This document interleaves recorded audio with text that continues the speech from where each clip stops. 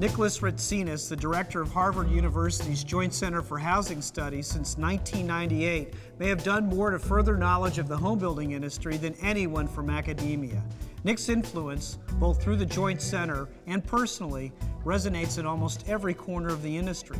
Not only does he oversee arguably the nation's foremost authority on current and future issues and trends in housing, but he's a tireless advocate of affordable housing. Though he's careful to make sure the center stops short of recommendations, the trends he uncovers are closely monitored and trusted, and usually followed.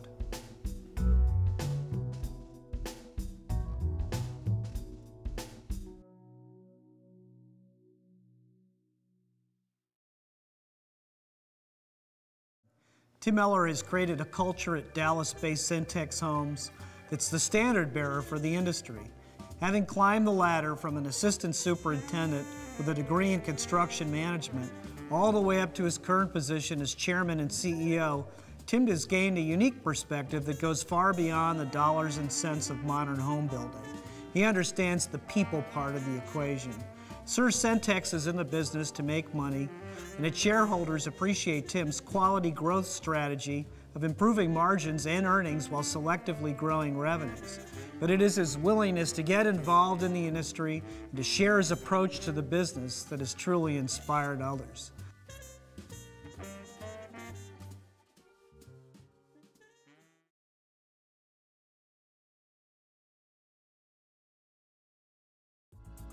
Jim Bakke is a third-generation president and CEO of the Sub-Zero Freezer Company, founded more than 60 years ago. Taking the keys from his father in 2000, after working his way through the ranks for 19 years, Jim has further established Sub-Zero as the gold standard in the housing industry. Jim has continued the innovative legacy of his family and the company.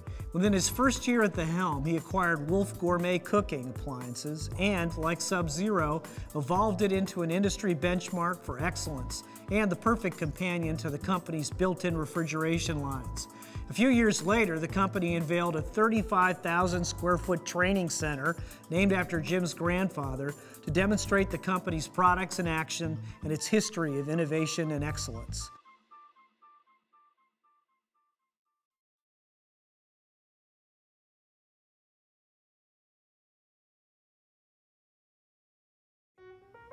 Back in the 1980s, when quality management trends were sweeping the business world, Bill Pulte took the lead among his home building peers. He trolled the ranks at GE, Motorola, PepsiCo, and Volvo, among others, to build his team.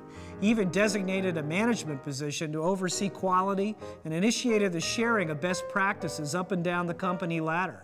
Bill founded and presided over a company that over 50 years has transitioned from a custom shop to a very large production home building company. To help maintain flexibility and hedge inevitable downturns, Bill has diversified the operation to cover almost every style and price point and nearly 60 markets in 27 states.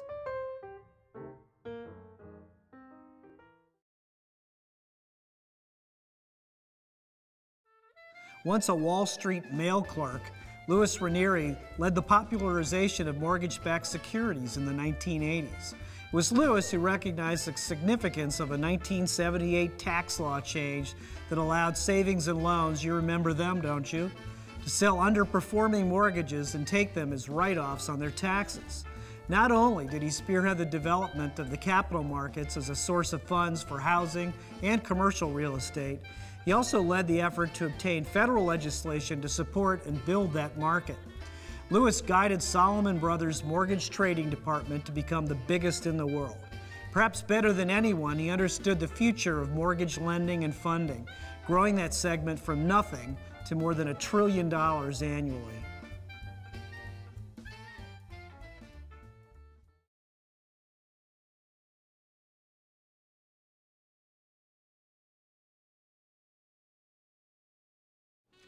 Another one of tonight's honored guests who's working to change the home building landscape is Rick Fedrizzi, the founding chairman and current president and CEO of the U.S. Green Building Council.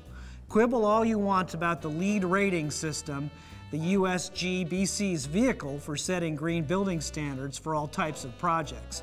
But Rick and his team have built a significant and globally recognized brand in very short order, bringing it to market when builders and building owners had little incentive to go green.